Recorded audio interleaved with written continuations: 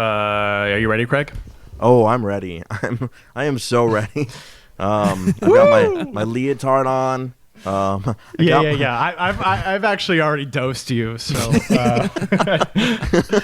see, I thought that I was cracking a fresh sangria bottle, but you'd be surprised what a hypodermic needle through the cork could do. 2 filters isn't going to take out what I just put in that drink, Craig.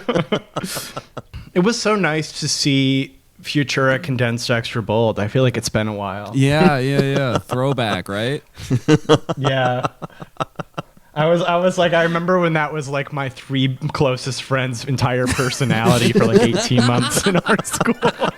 It's a good font. It's a great go-to. It's like Impact if Impact didn't fucking suck. If Impact was cunty, you would get Futura condensed extra bold.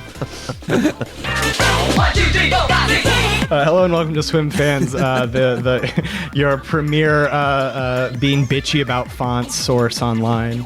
That's not true. There's so many people who are bitchy about fonts online. I am your co-host. I also would like to hook up with David. I'm Josh McKenzie. This joke is for like 3 people. Cloudy sangria kills dancers. I'm Craig Neeson.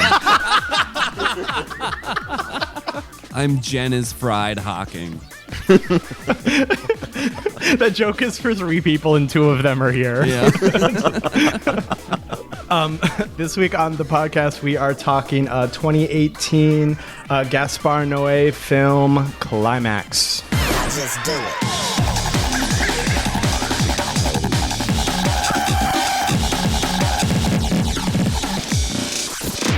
This is the first Noé film we've done, right? Correct. Wow. Crazy. Right? I Also, I don't know. I was going to go into this later, but like I just feel like I don't want to go back to any of them. Like I love all of his movies, but if I pick one, then I have to watch it again. Right. And that's the thing, that if you pick one, we have to watch it again. So like Irreversible has been on my list like since the show started, but I just don't want to watch it again. No. And I was going to bring this up as well, that this watching Climax for this podcast episode is the first time I've ever rewatched a Gaspar Noé film. It's the first time I've ever hit play more than one time on one of his movies. Which I do have a soft spot for him because I feel like Enter the Void was one of the first movies, when I was in my early 20s, thanks to the movie club that you ran in college, that I began to think of movies as not just to think of them as more of as an artistic medium, you know what I mean? Yeah. So I do have a soft spot for our guy Gaspar, but every movie is so fucking unpleasant that I just don't want to ever watch it more than once.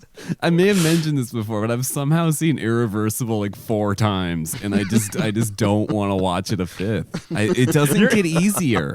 No, it you're doesn't not get okay. any easier to watch it. Enter the Void, I've sat down to watch it after we initially screened it 3 or 4 times, and I get to the same part where he's trying to flush the drugs down the toilet and the police shoot him, and then I just go, no, not feeling this right now. I don't want to watch that car crash again. I don't. No, thank you. And I think I'd actually get a lot more out of that movie now that I've done hallucinogens before. Because at that point I hadn't done any touch any drugs at all. And I feel like I would get more out of it, but I'd have to commit, and I just don't know if I have it in me. Maybe we'll do it for this show one time, but Yeah, because if you do enter the void, that's going to be like your whole day. Right. You know what I mean? Yeah. You've got to lock it. Like there's going to be the pregame where you psych yourself up to watch Enter the Void, and then the movie's like 3 hours long, and then you've got to like sit with it for the rest of the day. So like it really is a commitment. It's 8 hours you have to watch it at the end of the day. I don't know if you want that on your heart going to bed. I can't. I don't want it on the rest of my day. There's no good time to watch the fucking thing. So if you haven't seen Climax, this maybe I would watch Love again. Love. I remember Love going down fairly smooth.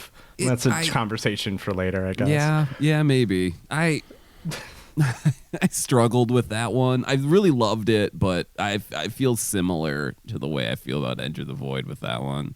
Well, just sometimes you're like, how much full penetration do I want to see on my TV screen? A lot.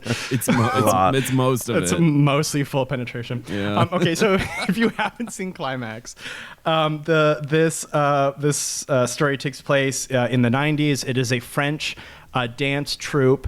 And so right up at the start of the movie, we have this sort of like aerial shot down of a woman. She appears, it's quite a wide shot, but she appears to be bloody and limping through like a snow field, and she's sort of screaming in agony.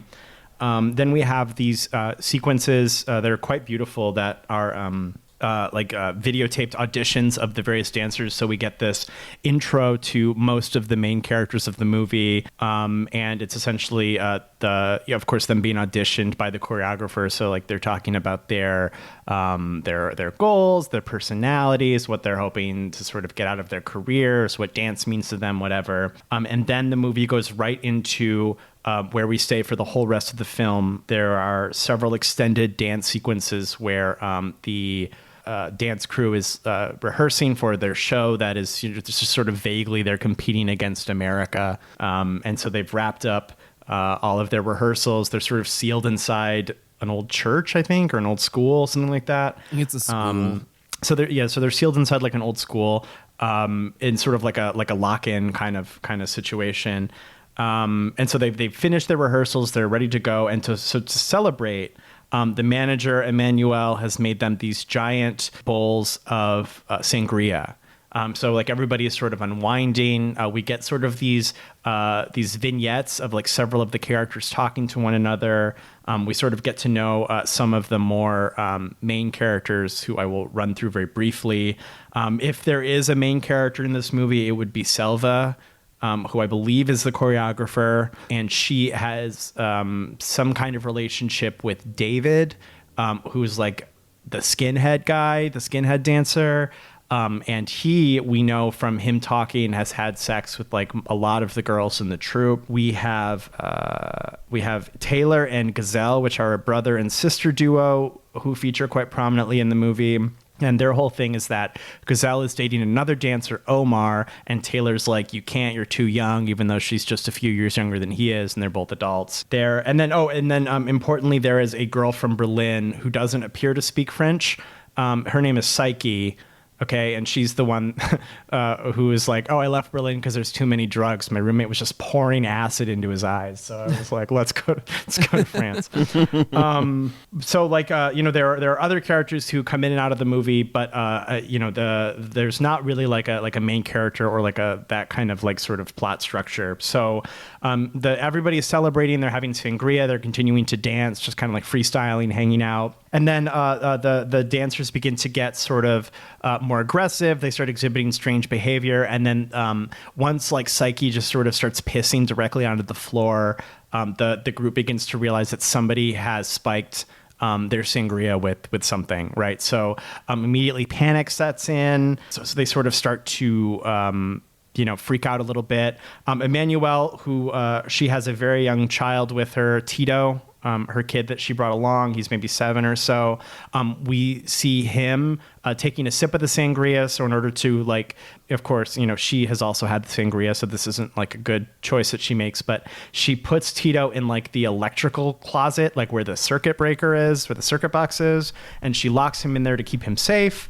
Very quickly, the dance retreat sort of devolves into hell. A couple people aren't drinking, so Omar, the guy who Gazelle likes, isn't drinking. So immediately they accuse Omar of doing it because he hasn't consumed the sangria. He must have spiked it. So right up at the top, they throw Omar outside into like the snowy night and they lock him out. like pretty soon after that, Selva notices that her friend Lou, who is another one of sort of the prominently featured girls, also isn't drinking. But after very soon, we find out that it's because she's pregnant. She's very like recently pregnant. Another girl who hears this doesn't believe that she's pregnant, and she thinks that she isn't drinking because she spiked the sangria. So like she like literally like kicks the shit out of her, and then when Lou goes to confront this other girl, the whole group turns on her, right? Like she picks up a knife and she like starts to try to defend herself, but like the group like shouts her. And again, they're all like, I don't even think they're peaking yet. I think this is like the like it's starting to hit. This is so the like, come up, yeah.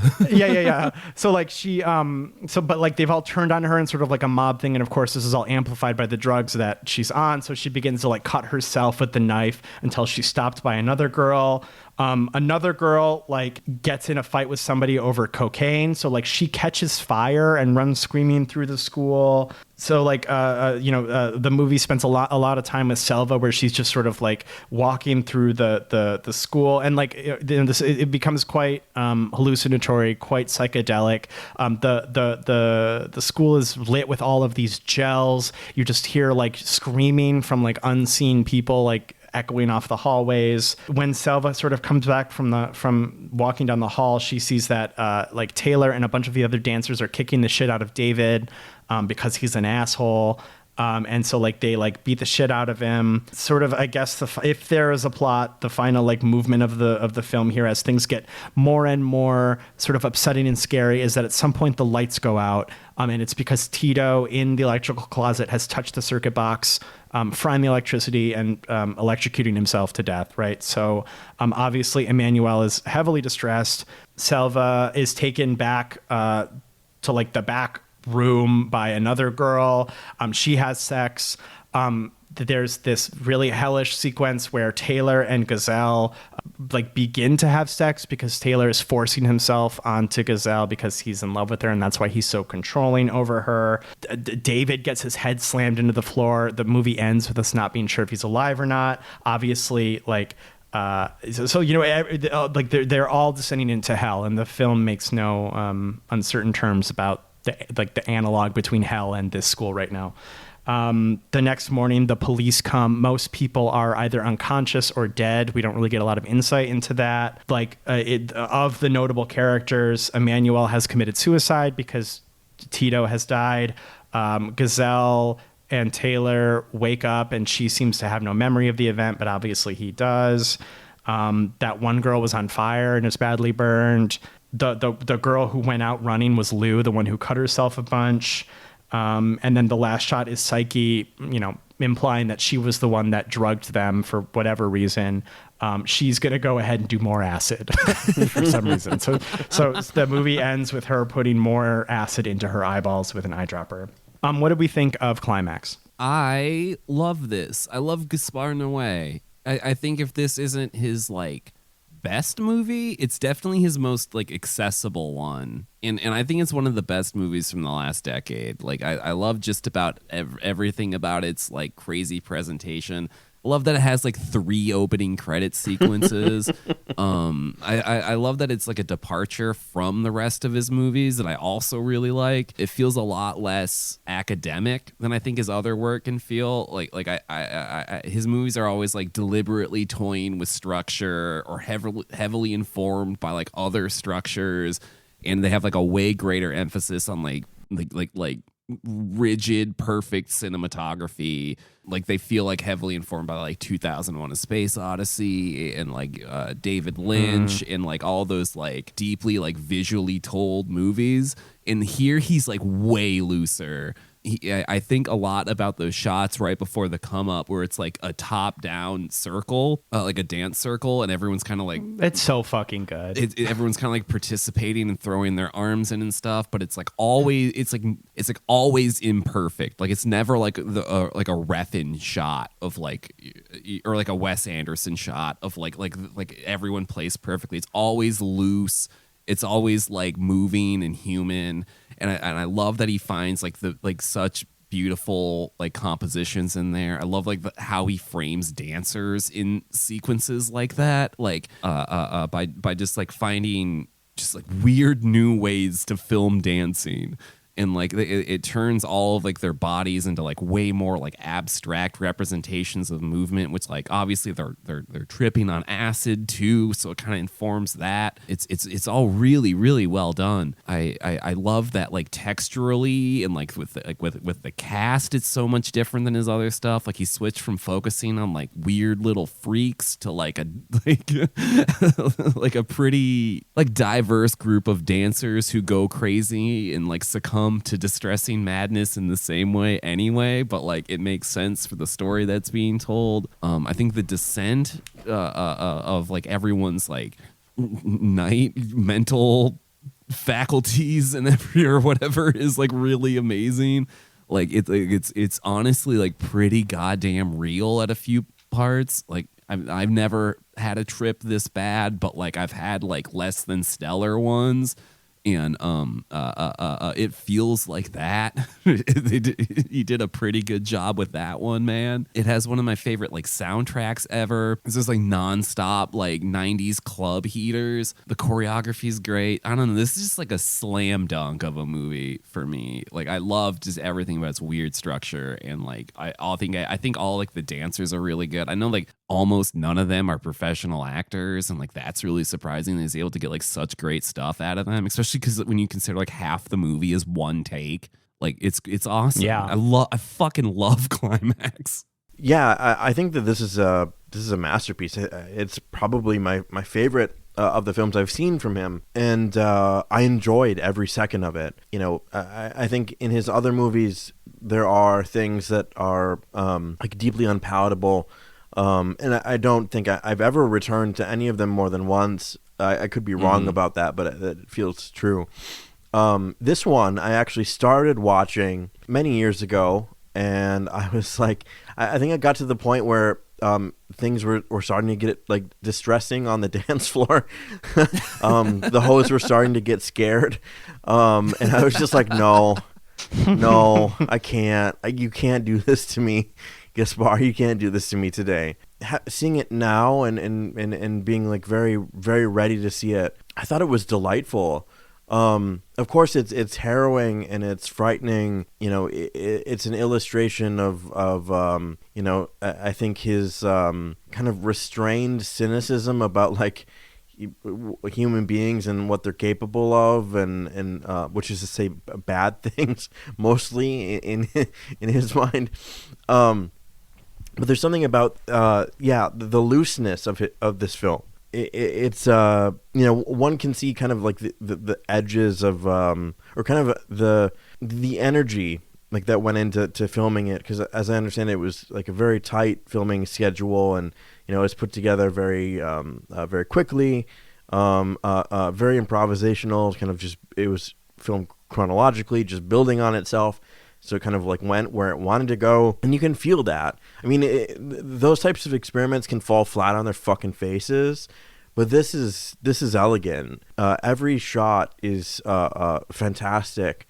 Every choice is exactly like the right choice. The way that the kind of wide angle camera, you know, the movie, you know, one thing that I didn't even consider until I was reading a little bit about it is like, yeah, you've seen my older films. You've seen how I've used like effects to visualize what it's like to, you know, have a like a DMT trip or whatever. Here you're on the outside, and you're trying to look in at these people having a real bad one, and it does such a great job of it. I mean, the wide angle lens is just, it's distorting just enough for everything to feel a little uncanny, but it's also like extremely grounded, and we're seeing like a little too clearly, or something. Like it's like a unique fusion of distortion, but seeing characters like extremely clearly, and that like descent into, well, I mean, like a lot of the characters seem to be like vibing. I mean, especially Psyche. I don't think she ever stops dancing. A lot of characters continue to dance. But the way that the movie is colored, the way that it kind of sets up the premise, the way that it gives you that that intro, that like the woman bloodied in the snow. You know you're gonna have a bad time. Especially if you've seen his previous work, you know that this is a harbinger of things to come, even if things feel all right in the beginning. They're decidedly not. But the dancing and the music like are this movie, and you know it's the Paris is Burning joy of dancing, the joy of like being together, synchronized with other people. People that you might not even know particularly well, and yet like there's a diversity of like style. There's a diversity of the ways in which like the body moves. That's like endlessly fascinating. I mean, this is kind of an activity movie if you think about it. I was just about to say that. That's what makes it like yes, 100%. That's what made me not want to die revisiting it, is because I was like, oh, I get to watch him dance. Yeah, and I mean it's so seductive. The dancing is so seductive. They're all so fantastic, and it's presented in such a way that one is like infinitely like there's like the presentation of each character, their own kind of unique build, their own unique like style, their own fashion. Some are doing footwork and some are not doing footwork. It's like just this myriad of like he compares it like the Tower of Babel or something. They all come together and then are like cast out. And I don't know. There's a looseness and there's an energy and there's a seductiveness to this film that really like fucking slaps. Even though like, and I think this is like true like of a lot of like psychedelic music that I like, is that it's kind of fucking abrasive. It's kind of loud and it's kind of distressing, especially like prog rock. And it's like overstimulating. But there's something about the like getting like the balance right or something, where all the ingredients work in harmony, that this movie just nails. Like it nails the insanity, the bacchanalia, the fucking and the dying, with the joy, in such a way that I don't know. I don't know that there are really, like you said, Jennifer, there's like, I'm not seeing 2001: A Space Odyssey, and I'm not seeing like other things. I'm seeing like a kind of a wholly unique film, and it's fucking exciting. It's dreadful, but I enjoyed every fucking second of it. Like it's different. When I see Irreversible, I want to take a shower, and the shower isn't hot enough to get the feelings off. This I just like had a quiet smile on my face, because it's just fucking good. Like, it's just a good fucking movie, I'm picturing Craig in the pitch black watching attractive young people descend into hell. Yeah, that, smiling that, serenely. Like, upside down red light orgy that's going on at the end of it, and Craig's just like smiling and nodding serenely. Like, yes. I mean, truly. Yes. I mean, that's Craig's it. like, I can breathe again. Yeah, it makes so much sense to me. Yeah, it's a fucking great movie. I do love that this is an activity movie. So I want to just talk before like I get too far off the rails. So like the movie, the reason why the plot summary might have sounded weird is because there's not like a plot in the traditional sense. I think the script was something like 4 pages long, and I think almost all, if not all, of the characters speaking. So like including their interview segments at the beginning and like the vignettes where they're just sort of chatting. I think all of that was improv on set. there wasn't a story per se. It was like, we're gonna get 24 really good dancers, and we're gonna spend 15 days, because the shooting schedule for this was like 2 weeks. We're gonna lock them in a room and just sort of vibe and send these attractive young dancers to hell. So if the plot summary seems sort of strange, that's why the movie has very experimental structure, even just down to the way it was made. Yeah, the dancing is deliriously good. All of them sort of bring their own like vibe to the dance. You can tell that they really got like 24 individual artists, and we're like, can you go out there and just like fucking kick ass for like 3 minutes? That would be really amazing if you could do that. There's so many different styles of dance. And then even dancers who like ostensibly would be in like the same scene, of course they have different takes on like similar sort of choreography, which is amazing. And what I also really love about the dancing in particular, like Jennifer was talking about like the dance circles where they're shot from above. There's this great sensation that I'm not sure that I've ever seen before, because it's like shot top down like that. They really start to like lose human characteristics, like human identifiers. They sort of lose that because you're looking down on them in like an angle that we don't generally see people from. So when these characters are like voguing, or they're like crumping, or whatever the technical term for that would be, or any of this stuff, there's these very coordinated but erratic movements, and because we're seeing them from sort of an unusual angle, they begin to like at least for me, they begin to sort of take on more of like a shape language than they do like people. There's almost like this sort of something reminiscent of like Enter the Void or something, where you're watching like kaleidoscopic shapes sort of like undulate and like move in rhythm to the absolutely heater music.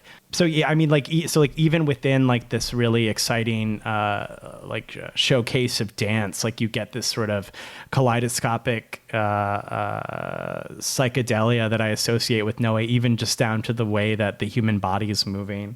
I confess that I like the dancing more than I like the young adults being sent to hell. Although I do admit that like it's expertly done. Like it's so like there's extended scenes in the movie that are shot with like the camera upside down, which isn't always my favorite like shot idea, because I feel like every horror movie is doing that now. There's like one shot where the camera will tilt. You know what I mean? Yeah, like tilt all the way back. And I'm like, what was that for? Why are we doing it? But this does it so well, because like the whole movie is meant to sort of destabilize you. It's supposed to be like this hellish version of like, what if something I kept thinking about was the Poe story, Mask of the Red Death, which is the plague is coming, so the rich prince seals the party inside of his castle, and everybody has a bacchanalia until the plague has entered and then kills everybody, and then everybody in the insanely opulent palace in their masquerade attire is dead. And that was what I was thinking about while watching this. I was like, oh, if they did like a Mask of the Red Death but with hot French young people, it would be exactly this. Like it would be with all of the red and green gels. It would be with all of like the absolute like nightmarish imagery with like this like soft cell song like playing over top. If this is Mask of the Red Death for like a present era. So yeah, I mean, like the young people going to hell is scary. It's upsetting in the way that Noe is typically upsetting. I love sort of this sort of plucky way they made the movie. It feels very, very, very cool the way that they made it. The dancing is incredible. Yeah, I mean, there's a lot to love here. One thing I really love in like the first half is that we go from like that big dance number, and then they split off, and there's like 10 minutes or whatever where they're just sort of like talking shit about each other and like gossiping and stuff, and in like a way that's like pretty honest in how like people talk about other people they don't like get it and stuff. Like there's like differences between them. There's like drama and stuff. And then they all kind of like come back together anyway and dance more. And that's like where you get those over the head shot, top down shots. And I think there is something in there about like, yeah, when you're dancing, it doesn't really kind of matter your bodies are in like some kind of like movement with each other, and there's like a link and there's like a friendship bond like between you guys in a way that's like kind of like transcends like a lot of like the prejudice and stuff. And I think they do that really well there. I think it's also like, well, it's also not capable of stopping the LSD that you all just ingested, but like it's still like, I don't know, there's something about that, and I think it was like really expertly done, you know, when it's like a kind of a drama movie before it becomes a horror movie. Yeah, because like because like dance is so heavily. Yeah, I mean, I think it's a good point. Like it's like because dance is so heavily featured, and we're given this like sort of arrangement where all of these people, like, you know, in no uncertain terms, are like, you know, not the biggest fans of one another typically, but you know, they there does seem to be sort of this, at least for most of them, like a professional respect with one another, where like it seems like they only are in harmony when they're dancing. Like like it seems like they do seem to function. And I mean, like, I don't know if he was going for this, but it almost feels like a metaphor for like society or something, where like as long as like you're watching it in this way, you know, where you're watching, I don't know, industry, capitalism, for lack of a better example, like if you're just sort of like watching yes, the stock market opens every day and whatever, and it looks like commerce is occurring. And then like when that process, you know, either winds down or like you sort of zoom in a little further, it's like, of course, you know, it's people who don't like each other. They're gossiping about each other, all the way to like descending into a nightmare together. And you know, and because dance is such, maybe sort of what you're saying, Jen, like because dance is such like a coordinated activity, it's like a good visual metaphor for that, I guess, because you do have this like very literal coordination required to be beautiful before it falls apart. Yeah, there's a quote from Godard's Notre Musique that came to my mind when I was thinking about the film afterwards. It's communism existed once during two 45-minute half-times when Honvéd from Budapest won over England by 6-3. The English played individually and the Hungarians collectively. It's like when they're together and they're dancing in tandem with each other, where you know, they are at once together, but they're each given their own like space. There's that idea of the dancing whole being like contained. There might be petty bickering and infighting afterwards and before, but when they're together, they're together. They're one contiguous thing of like human solidarity. And then the movie's like, I mean, and this is like I think a question that like he like likes to pose, is like, but yeah, like what happens after, or what happens when that idea of people together as a contiguous whole, as acting as essentially like one body. What happens when they start lancing at each other's throats as completely atomized individuals? You know, like that twink is just like fucking going through it. Like for some reason, even though the men in the beginning are like, yeah, I'd fuck that guy. I'd fuck that guy. You'd fuck that guy. I'd probably fuck that guy. Like just he can't have sex. Like no one is paying attention to him. Like that's the hell that he's experiencing, which he then, like, you know, he gets a relatively fairy tale-esque ending there, having nothing bad happens to him. No, just being embraced in bed by a lover. It's you know, this idea of like what happens when the skinhead that like won't take no for an answer, that fucking like what if, you know, during everyone's psychotic break, what if he was like still trying to get laid? What if he was still doing his like fucking ladies man shit? You know, seeing this group, you know, I love the the talking head moments in the beginning, and I especially love the 4:3 aspect ratio that's been buffered by VHS copies of like Possession and shit. Yeah. Which is like, I mean, I guess I mean this in a complimentary way. I do like the way that he points at movies, or the fact that he's making a movie, which is at once something that I think like adds rather than like detracts. But it's also something that like destabilizes like the reality of the film, because like if like credits start fucking rolling like halfway through, and we're seeing like coil and soft cell and shit, we're immediately kind of like taken out, like, oh right, there's like the diegetic soundtrack, and the fucking kid electrocutes himself, but don't worry, I've got my fucking boombox. I got my ghetto blaster. Right. It's fine. as like one person's actively on fire, and there's like extreme incest happening in another corner. It's like, no, don't worry, I got my ghetto blaster. The music's gonna continue. Yeah.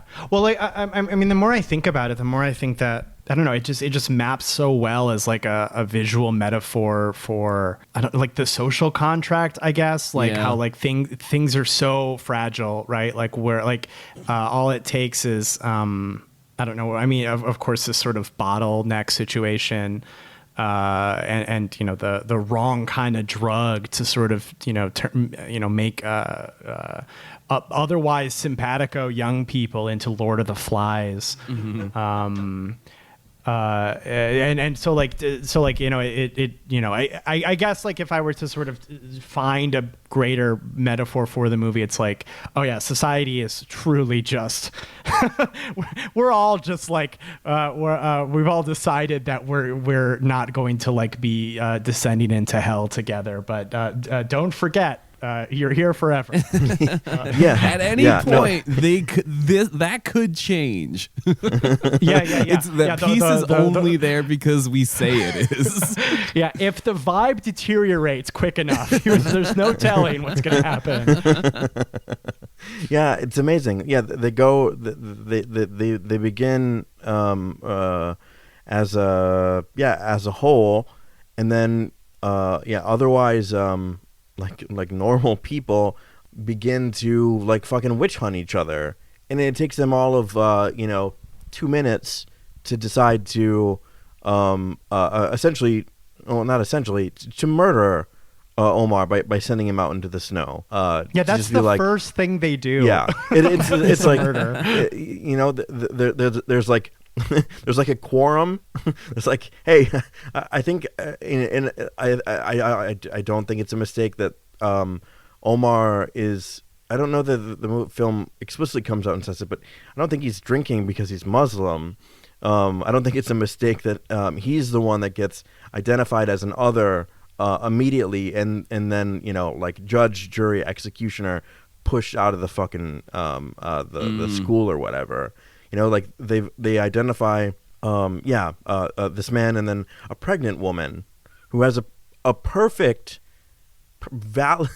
like bulletproof, like this is the reason why I didn't drink, yet they can't countenance it. They can't countenance like the rational, like, oh, okay, like that makes sense. No, like they begin to like bay for blood. And like, there's always like that lingering question of like especially like in contemporary America, like how can we do this to people? Yeah. And it's like, well, no, it's a pretty easy slide. I mean, historically, we've seen that like people can go from otherwise like inert states to wanting their perceived enemies to cease being human pretty fucking quick. Yeah, it's baked into the loaf that came free with your human consciousness. Because like what they do to both Omar and Lou, I mean, if I'm going to keep like mapping everything onto this idea that, this is sort of like what society is, I mean, like that's like even in America now, like that's what's happening with trans people. That's what's happening with immigrants, is that like, there was a sufficiently large number of people who were loud enough that said, oh, this is the reason why everything's bad. Throw them into the metaphorical cold, and we'll simply ride out hell in here. But hell is already inside, and And baby, we've created it, actually. Keep up, hell's here. We're in hell. Yeah. And so like, I mean, not to like get too cute by half by like mapping everything one to one, but like, I mean, the quickness with which they identify, you know, both the teetotaler and the woman not drinking because she's pregnant as like the source, never identifying, by the way, that the one who dosed them, Psyche, was never under suspicion because she was also just fucking vibing. So the person responsible for the mayhem and the death that immediately follows it like faces no repercussions, and when the cops roll up, she's just doing more acid. And again, not to put too fine a point on it, but like that's what happens with the people who actually do evil in our society, is they just get another TV show or they get elected to higher office, and that's just doing more acid. Look for the person who brought 2 books about LSD with them. Because it's always that obvious. like the people who want to do the most evil are always talking about how much evil they want to do. They have to. That's a great point. You mean you've both already talked about it, but like the music in this movie is fucking insane. When I watched it on a Sunday evening, I was in like my jammies and my blankie, and I was like, I should go to a rave immediately. I should find one right now because the music was hitting so good. You should come visit. We'll go to a rave. Well, okay, when I'm there next, I'll find one. Yeah. I've been to like one ever, but I'm sure we could find one. No, I do want to shout out, like, I don't know. It's like the best use of window liquor I've ever seen. Like, it's unreal how good it is. like it takes both halves of that song, and like both halves of that song like don't really like go together. But like it's used in like a transition where the main quote main girl walks in from like where the child died to like the main room, and then it just sort of like hits that like, I don't know, climax. But like, you know, I don't know. It's all perfect. It's all so good. It's exceptional work, man. This is a like infinitesimally small part of the movie, but like once again. We get to see Gaspar Noé's delight of typography. The fucking title sequence made me die. It's not okay. Like it's not quite as good as Enter the Void, but Enter the Void is pretty much untouchable. I think in terms of just like how sexy can you make type. It's maybe the greatest title sequence in any movie.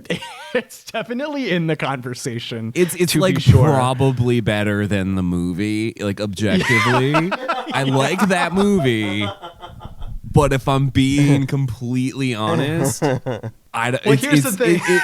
It's like if you've ever seen the Aqua Teen movie, it's like the first 11 minutes of the Aqua Teen movie are better than the next 70, and it never like fully kind of like recovers from how good it is. Something similar is going on with Enter the Void. Well, I will say that I've rewatched the title sequence to Enter the Void many times, and like, I've not like rewatched the movie 300 times. Yeah, for real. But the one in Climax is also exceptional. Yeah. Like it seemed like the one in Enter the Void really delighted in like the sheer like variety of the way that human speech can be communicated through like type and like visual language, that kind of visual representations of language. And Climax's was a lot more sort of cohesive. Like it used like the same color, I think, for the most part. Like it was mostly that gold. And like they of course did different like designs of type, but it all felt very much like they were all like sisters, as opposed to like the breadth and wildness of some of his other type treatments. Mm-hmm. But you know, very, very gorgeous, beautiful type work. I was like, give me I know there's good type in this, but like the title drop is like 35 minutes in. So I was like, give me the typography. I know it's coming. So there's 3 opening credit sequences in this. And I mean, they're all great, right? The man can put together an opening title sequence like you've never fucking seen. So like there's that like amazing tracking drone shot as whoever that is like drags herself through the snow, and most of the credits roll over that, and then about 20 minutes in, the production logos come up, and then like that leads into the main dance sequence, and then about 45 minutes into the movie is when they stop dancing because they're starting to feel the drugs, and so like the circle like slowly dissipates between the dance circle slowly dissipates between the shots, which is like really really fucking well done. And then it's just like then it hits you with the Gaspar Noé credits, like with like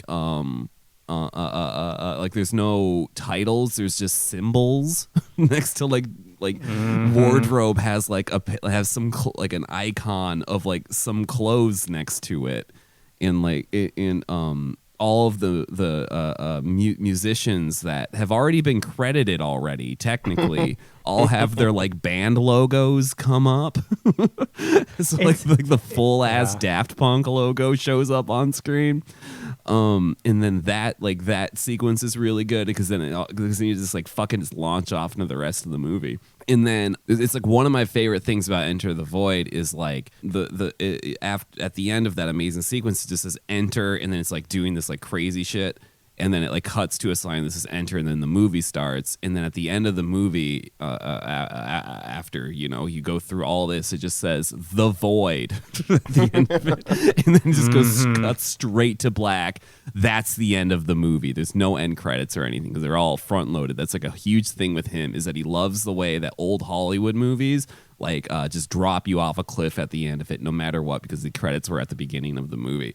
Like I'm thinking of Vertigo, like right, Kim Novak falls off the tower, and then it's just like, oh fuck, she's dead, fuck, and then it just fades out, and then you go home, you know.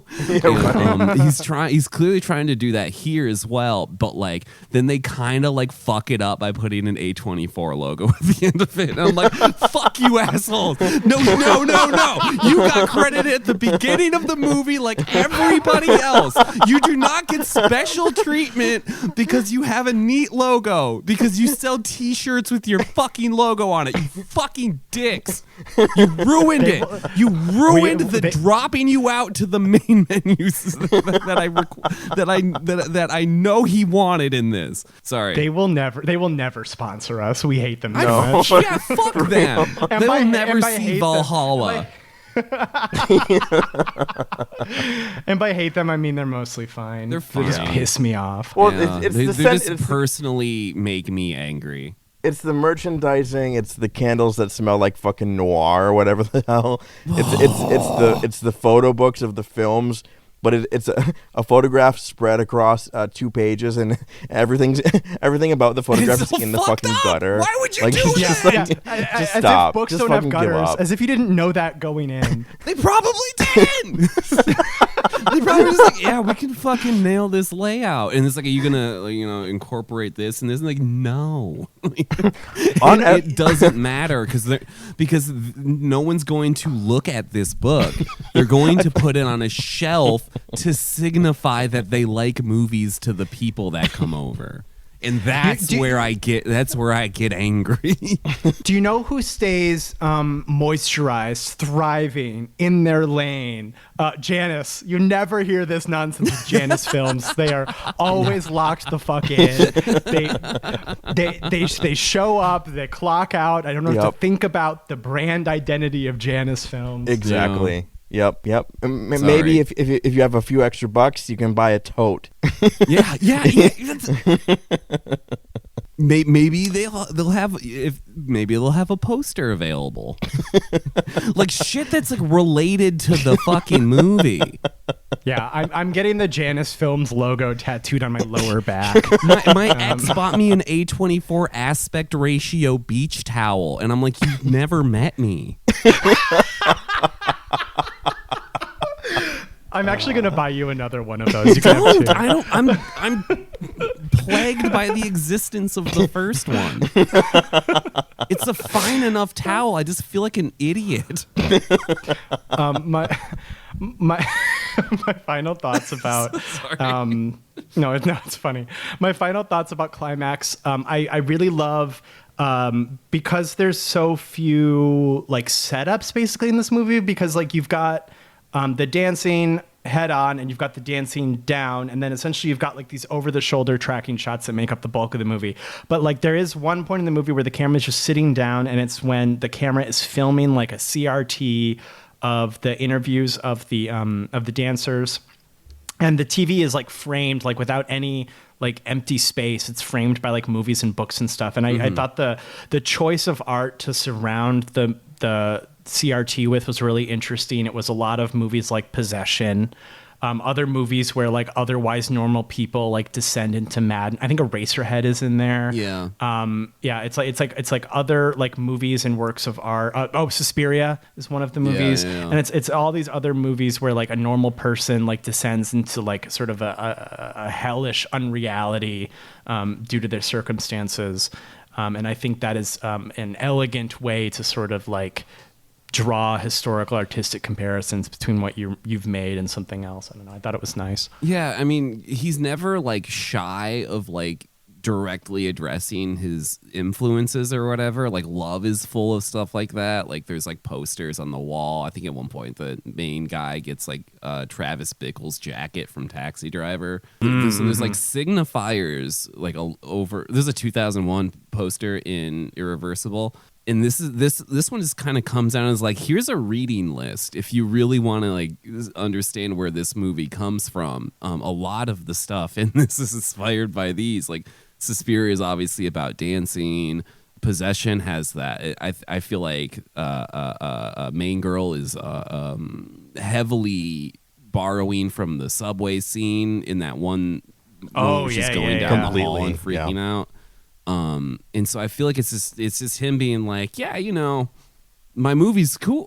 Here's where it comes from. If you want to, and if you want to learn more, look for these books at your local library. My final note is that this was actually way more upsetting to me this time than it was the first time. I think something that happened the first time was that I was expecting something like the Irreversible tunnel sequence or like the Enter the Void car crash to happen. So I was like on edge the whole time waiting for something like catastrophically brutal and explicitly visual and like way over the line to be confronted with like a worst nightmare situation, you know? There's not really like a moment like that in this one. Like you kind of see like the aftermath of some, like the kid dies off screen. A lot of it is like sort of comparatively visually tame to some of his other movies, like only relative to his other movies, which are about showing you some shit, right? There's not really a moment like that. So this time I had like my guard down.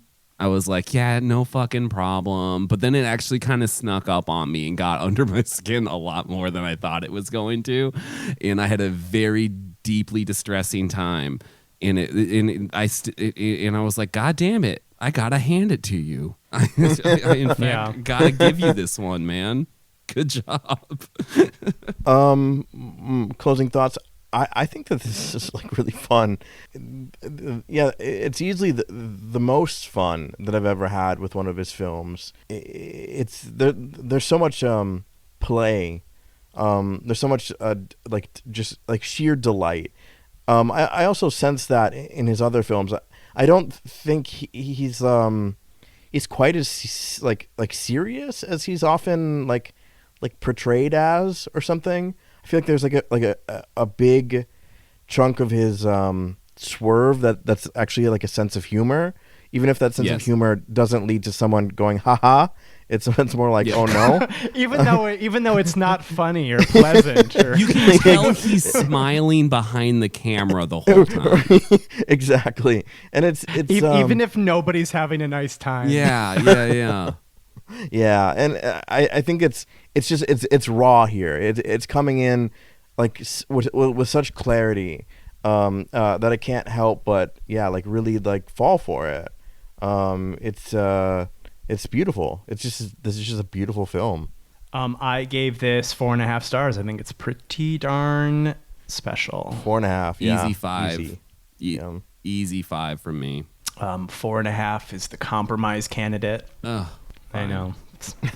hateful. We love the centrist, don't we, folks? Can you thank believe Joe. these Philistines only giving a great movie 4.5 stars?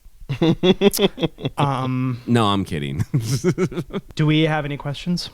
It's not so much a question, but Nanji Kirima says, Josh, Ari, gay male movies not being as weird interesting. They recommend the Thai film Tropical Malady. Oh my God, yes.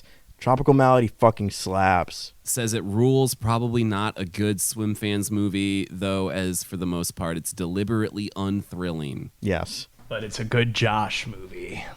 It Sounds like it was a take. good Craig movie too. It's the Uncle Boonmay guy that I can never pronounce his name. Yeah. I look at his name, my eyes kind of glaze over, then I feel bad about that. Like I've Googled it a couple times to like make sure that I don't like sound dumb in conversation with people, but I always forget. So, but no, Tropical Malady slaps. Najee Kirma's right. I'd also like to shout out. Thank you to Yuri for curating. Who's Who. That was amazing. Thank you. Who's Who, a what's what of Brazilian cinema that would be up our alley. That was really great, and we're gonna be tapping into that, no doubt. I think that was our only question. I have a question for you, too. Okay. Do you have a good retinol you would recommend? Oh, I'm like I've I've rejected. I've returned. I'm simply using a toner in Burt's Bees day and a night thing. This is like Walgreens shit. And it's doing great. I'm thriving. It's not sexy, but like I use the CeraVe one because like CeraVe's like, I don't know. They're rock solid. They're rock solid, and I feel like dermatologists are big fans of CeraVe. Like, so like it seems like it's like I think it's the good intersection of like price point and is probably actually doing something. Mm-hmm. So yeah, it's not like a sexy answer. No, that's actually more kind of what I'm looking for, because I don't know, I'm on estrogen or whatever, and like my skin cleared up like crazy, like immediately, and it's been amazing. But like I've also for the last like 8 years been like stuck using like a benzoyl peroxide because I would just get acne. Like I get like nonstop breakouts. My skin's pretty oily, and then now that that's not happening, I'm like, oh, maybe I can like finally use a different product. You know? Yeah, that's a whole world just opened up to you. I know. I'm no Truly. longer chained to benzoyl peroxide, or else. Yeah, you're like a fucking Space Jam. You're like you're like Yeah. Michael Jordan who has to like lose to the little monster children all the time. Yeah. but No, the monster children are acne. My skin was straight Moron Mountain, if you feel me. Thank you so much for listening. As always, you can find the show wherever you get your podcasts. So Apple Podcasts, Spotify, YouTube, wherever you listen, please rate. Okay, please review. Please tell a friend. Please write in some questions. Najee Kirima, Yuri, thank you for the questions, the comments, the interactions. We love it. And you can find the show wherever you get, you can find the show on all the social medias: Blue Sky, Instagram, Letterboxd. Use your SwimFansPod, swimfanspod.com. We are on Patreon. We just have a new episode up. So if you want to donate as low as $1 American dollar a month, you can get access to that stuff over there. I am online user Amon's Blue Sky, Instagram, Letterboxd, AMONNS. I saw the new Final Destination movie. It came very highly recommended from Jennifer Hawking. So it was gnarly. Like I was very pleased with how gnarly it was. I do think everything else about the movie is a mess, but I don't want to start like a fight. But like the reason that we're there is to watch people get like brutalized. Mm-hmm. And that part I think was all quite successful. But like it really, this isn't my Letterboxd review, but like it really lays bare why I think the franchise works so much better when it's like a collection of people who don't know each other and don't have any like relationships with each other. Because like the movie has all this sort of interesting familial dynamics that I wanted to know more about, but of course there's no room for that. There's no time for that. Mm-hmm. There's not even any like real justification for that. But of course you can't have them not have that stuff because then it doesn't seem like they're like a family that exists. So the reason why the movies are really good when it's like 6 random guys on an airplane is because like you can just focus on getting cleaved in half, and I don't have to worry about why they dropped the plot line where the cousins aren't friends anymore. I respectfully disagree with that assessment. I actually really like the family dynamic stuff, and I think it makes something new work there. I get it. I totally get it. But for me, it worked a lot. You can follow me on Blue Sky, Diatron5. I'm on Letterboxd, Diatron. Joe Don Baker died, so I rewatched the Mystery Science Theater episode for Mitchell.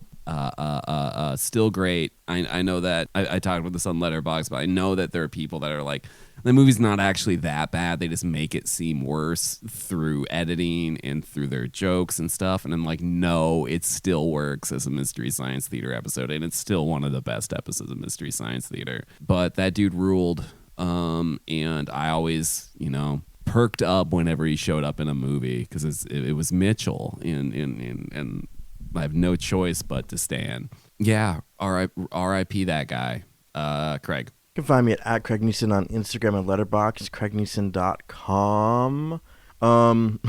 Okay, so last night I'm like, you know what I'm going to watch? I'm going to watch Blade Runner. And I fucking loved it. It was great. I sat and I experienced Blade Runner, and it came in through all my pores, and I'm like, man, that's so great. I haven't seen that movie in fucking forever. That was the right choice. And then I'm like, I want to watch another like good movie. What's another rock solid movie I haven't fucking seen in a billion years? So I immediately double featured it with The Shining. I don't know. I was just like, I was up pretty late. I probably shouldn't have done that. I feel fine. I don't know. It was fine. But yeah, you were having fun. I watched Blade Runner and The Shining back to back, and I had a fucking blast because those movies kick ass. Love that. First one's controversial. Love that. Which second cut one. do you watch? Final cut. Final cut. Yeah. I may have only seen the director's cut. Yeah. No, I've seen several of them. Trash, dog shit. There's no good one. I don't think it would fix the experience that I usually have watching Blade Runner. I don't know. Maybe one time I'll just really like it. Yeah. I keep waiting for it. Yeah, I keep being disappointed when it doesn't happen. Again, not to start a fight, but I do think The Shining is on like the lower end of Kubrick movies for me, though, as well. Oh, I mean, it's definitely the most like. I mean, he's making a genre movie, and like, I think it's perfect, but it's also like. At one point, the Duvall character like runs into the ballroom, and like it's like cross cutting because Jack's chasing his son with a fucking axe in the hedge maze. So we have to give Duvall something to do, and she's seeing like the bear costume dude gets suck a dude off or whatever.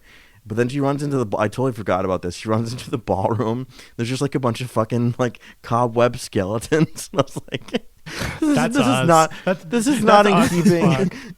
That is us, but it's also like this is not in keeping with the level of horror that this movie's established thus far. Because it's like welcome to a Goosebumps episode, which is like really fucking funny. I totally, it's something that like it honestly doesn't fucking matter, but it's like, damn, those skeletons are that's fucking scary, huh? Those skeletons are old. First of all, they've been there a while. I'd be so scared if that happened to me. Wouldn't go to that dentist. Like every like horror beat in that fucking film is like a swerve, and then it's like, what if the spooky, scary skeletons were sitting in chaise lounges? It's like, okay. It's like, cool, thanks, movie.